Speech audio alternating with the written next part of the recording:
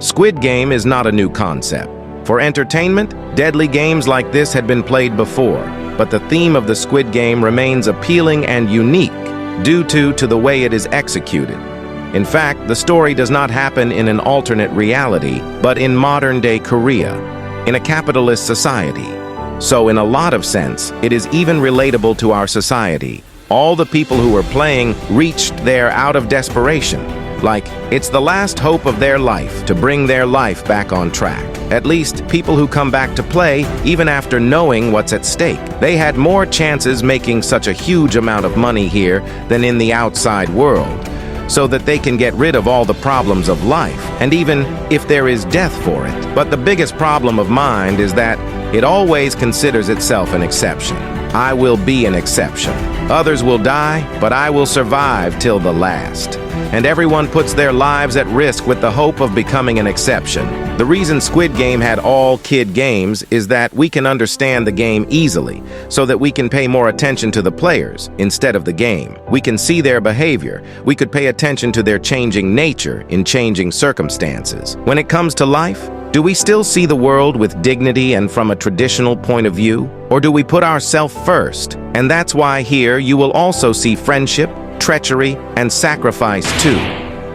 You'll hate the ones you thought were good, and whoever you thought was bad will also seem right at some point. But the truth is that everyone there was for themselves. Everyone had their own helplessness. That's why it will be a little difficult to say who is good and who is bad. Even Cho Sang-woo, who was seen as a villain towards the last, if you think about his mother, then you will feel pity even for him. All the players may not be good, but in one aspect or the other, almost everyone was bad. But still, some people in the game were such that you can neither say them good nor bad. These people were very ambiguous, and so was Kang Sae-Byeok. And this video is being crafted to comprehend the persona of the Kang Sae-Byeok. So let's start. Listen up, bro. It's time to grow, bro, and steal the show.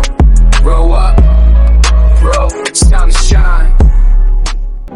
After escaping out of North Korea, Sae-Byok was there to reunite her family, and just this was all that mattered to her, minding her own business and winning.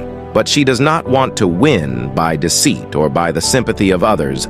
Let the game take its own course. She doesn't care about anything. Sae-Byok is cynic. She doesn't trust anyone quickly. She is neither approachable, nor she herself is fond of mingling with someone. If Gi-hun has not approached her to form a team, then she herself wouldn't have approached anyone. At least she wouldn't have asked up front, whether such people are self-sufficient or not, but they believe whatever happens, they'll deal with it themselves. Kang Sae-Byeok always carries a protective shell around her. Her nature seems like a shield. She doesn't want anyone to peek inside her. She doesn't want to show her vulnerability so that she can look strong in front of the world. There is usually just one expression on her face: emotionless. Because the expression of our face reflects our mood, and such people do not want any stranger to read or understand their mood. We find Sae-Byok vulnerable in only a few scenes throughout the season. One is when she is with her brother, and another one is when she befriends Ji-yeong in the marble episode. There she is seen without self-protectiveness. For the first time ever, she lets somebody look into her mind. arigato. From this episode onwards, there is a slight change in Sae-Byok. She opens up a little bit. Ji-yeong's sacrifice had stunned her from inside.